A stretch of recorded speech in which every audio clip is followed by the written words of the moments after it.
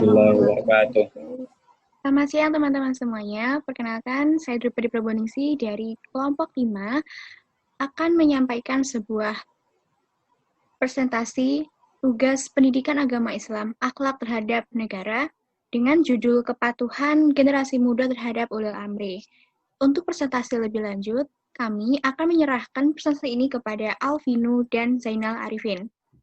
Dipersilahkan. Oke, terima kasih kepada moderator. Yang pertama, tugas pendidikan agama Islam yang bertema akhlak terhadap negara, kepatuhan generasi muda terhadap ulil amri. Next.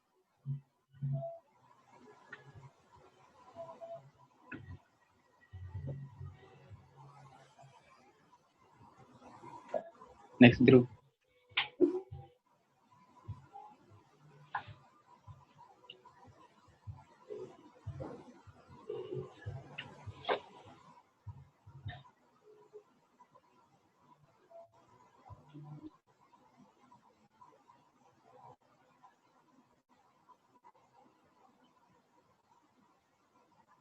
Langsung macet.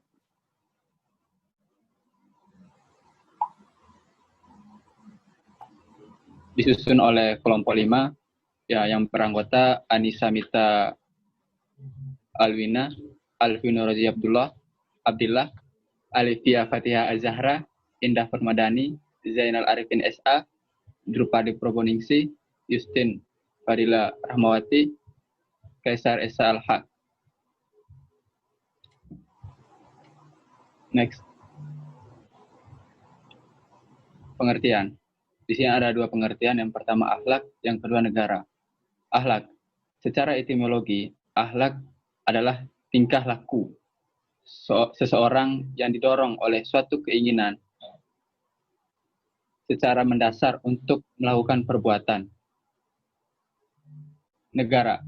Negara ialah organisasi kekuatan yang berdaulat dengan tata pemerintahan yang melaksanakan atau tertib atas orang di daerah tertentu. Next.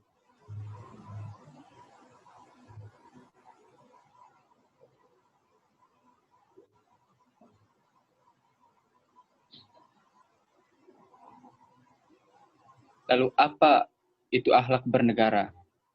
Akhlak bernegara adalah suatu kepatuhan terhadap ulil amri selama tidak bermaksiat kepada agama, serta ikut berpartisipasi dalam membangun negara, baik segi lisan maupun tulisan. Next.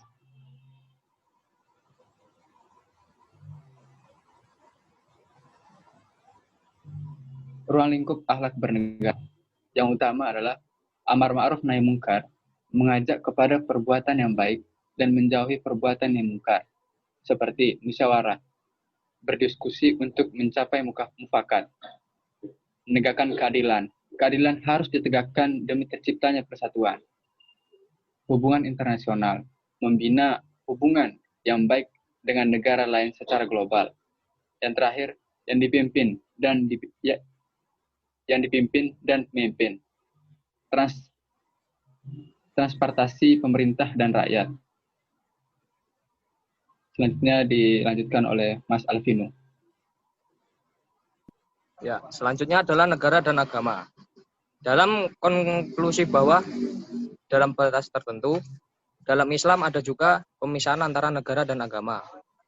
M. Tahrir Asy'ari berpendapat, baik Nurcholis maupun Mintaridja telah terjebak dalam pikiran yang rancu, karena menurutnya Islam dapat diartikan baik sebagai agama dalam arti sempit maupun sebagai agama yang berarti luas. Dengan demikian, menurut M. Tahrir Asy'ari, konklusi Mintaridja sesungguhnya kontradiktif dengan jalan pemikirannya sendiri. Kalau Islam dalam arti luas, ia tafsirkan sebagai way of life now on the earth and in the heaven after death. Konsekuensi logis dari penafsiran itu seharusnya ialah Islam merupakan suatu totalitas yang komprehensif, karena itu tidak mengenal pemisahan antara kehidupan beragama dan negara. M. Tahrir Asy'ari menyebutkan bahwa hadis yang digunakan Mintaridja untuk memperkuat pendapatnya nampaknya kurang tepat dan tidak sesuai dengan konteksnya. Karena sesungguhnya hadis itu adalah dalam konteks pertanian. Ketika Nabi menegur seorang yang melakukan penyilangan pohon kurma, dengan demikian hadis yang dikemukakan oleh Mintareja itu tidak ada relevansinya dengan masalah kenegaraan. Next.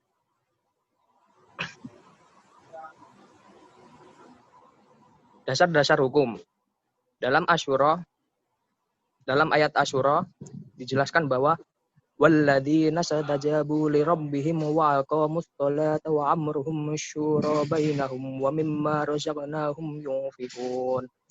Yang artinya adalah, dan bagi orang-orang yang menerima atau mematuhi seruan Tuhan dan melaksanakan sholat, sedang urusan mereka diputuskan dengan musyawarah antara mereka, dan mereka menginfakkan sebagian dari rezeki yang kami berikan kepada mereka. Quran Surat Asy-Syura ayat 38. Dalam ayat di atas, syura atau musyawarah sebagai sifat ketiga bagi masyarakat Islam dituturkan setelah iman dan sholat. Lalu, dalam surat Al-Qasas yang berbunyi, Innal ladzina fadaru 'alaykal qur'ana laradduka ila ma'adin rabbi a'lamu ma jaa bil huda wa ma huwa fi dhalalin mubin. Yang artinya bahwa sesungguhnya Allah yang mewajibkan engkau Muhammad untuk melaksanakan hukum-hukum Al-Qur'an benar-benar akan mengembalikanmu ke tempat kembali. Katakanlah Muhammad, Tuhanku mengetahui orang yang membawa petunjuk dan orang yang berada dalam kesesatan yang nyata. Quran surat Al-Qasas ayat 85. Next.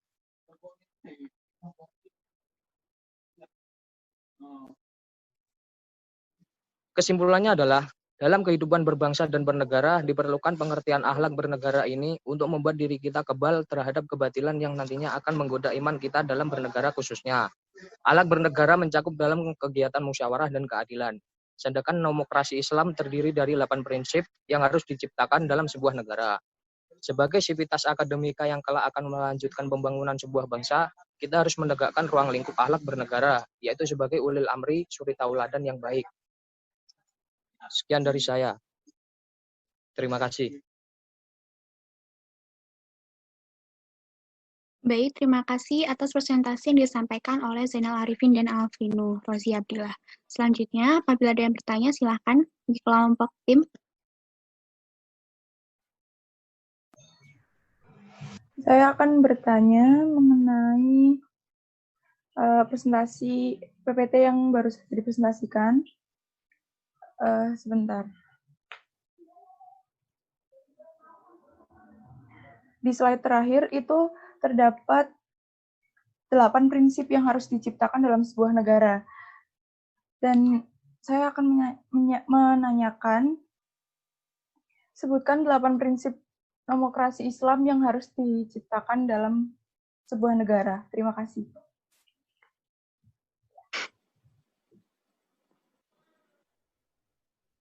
Terima kasih atas pertanyaannya, Indah Permadani.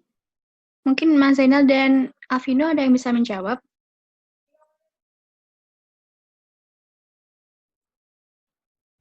Lanjut ke pertanyaan selanjutnya aja dulu. Baik. Pertanyaan 1 ditampung berarti ya. Silakan lanjut ke pertanyaan yang kedua. Baiklah, saya ingin bertanya. Ya, silakan. Jadi kan akhlak ini tentang sesuatu yang perbuatan manusia. Jadi di dalam akhlak bernegara ini ada tidak contohnya yang akhlak buruknya terhadap negara? Begitu. Baik. Mau ditampung atau langsung dijawab? Ditampung dulu. Baik. Pertanyaannya sangat kritis ya, Mas Esa Al-Haq. Selanjutnya, ingin bertanya? Selanjutnya, pertanyaan saya berkaitan dengan tadi dijelaskan ruang lingkup akhlak bernegara. Saya akan bertanya mengenai apakah kita sebagai warga negara sudah mengimplementasikan terhadap akhlak dalam negara ini. Bisa diulangi? Jadi kita sebagai warga negara, apakah sudah mengimplementasikan dalam berakhlak di negara kita? Baik, terima kasih. Silakan untuk dijawab Mas Zainal Arifin dan atau Mas Alvino.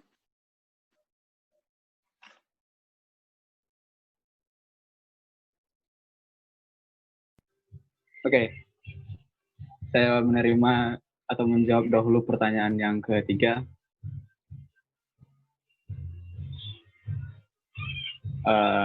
Tunggu.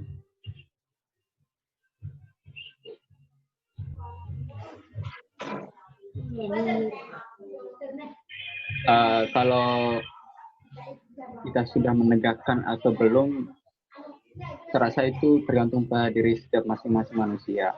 Karena pada prinsipnya semua manusia itu berbeda-beda, walaupun mempunyai agama yang sama. Itu saja. Terus yang kedua, Mas Esa, tadi pertanyaan.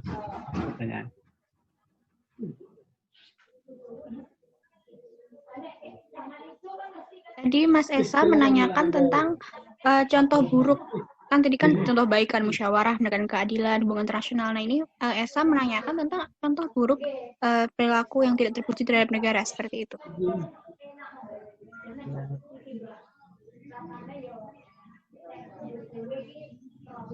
Mas Alvino bisa?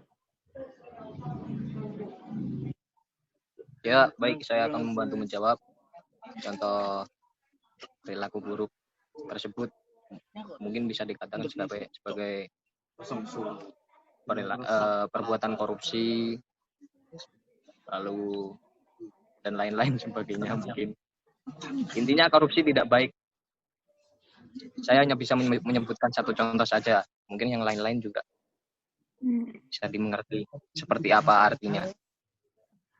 Oke. Korupsi sudah mencakup semua perbuatan yang buruk ya Mas Alvino ya? Iya. Baik. Semua perbuatan buruk. Selanjutnya pertanyaan nomor 1. Ada yang ingin menjawab mungkin pemateri? Pertanyaan nomor 1 yaitu 8 prinsip berdemokrasi. Yang pertama, kedaulatan rakyat. Yang kedua, pemerintahan berdasarkan persetujuan dari yang diperintah. Yang ketiga, kekuasaan mayoritas. Yang keempat, hak-hak minoritas. Yang kelima, jaminan hak asasi manusia. Yang keenam, pemilihan yang bebas, adil, dan jujur. Yang ketujuh, bersamaan di depan hukum. Yang kedelapan, proses hukum yang wajar. Mungkin itu yang bisa kami jelaskan dari pertanyaan-pertanyaan saudara dan saudariku. Sekian dari kami. Assalamualaikum warahmatullahi wabarakatuh. Waalaikumsalam warahmatullahi wabarakatuh. Beri aplaus online dong kepada kedua teman kita yang sudah presentasi. Baik sekali, terima kasih atas pertanyaannya teman-teman. Pertanyaannya sangat kritis dan sangat relevan dengan topik yang kita bicarakan pada hari ini. Selanjutnya saya ingin mengucapkan terima kasih kepada semua teman-teman yang sudah mengikuti presentasi pada hari ini. Semoga kita semua selalu sehat dan kalau kemana-mana jangan lupa terapkan protokol kesehatan. Terima kasih. Wassalamualaikum warahmatullahi wabarakatuh. Waalaikumsalam.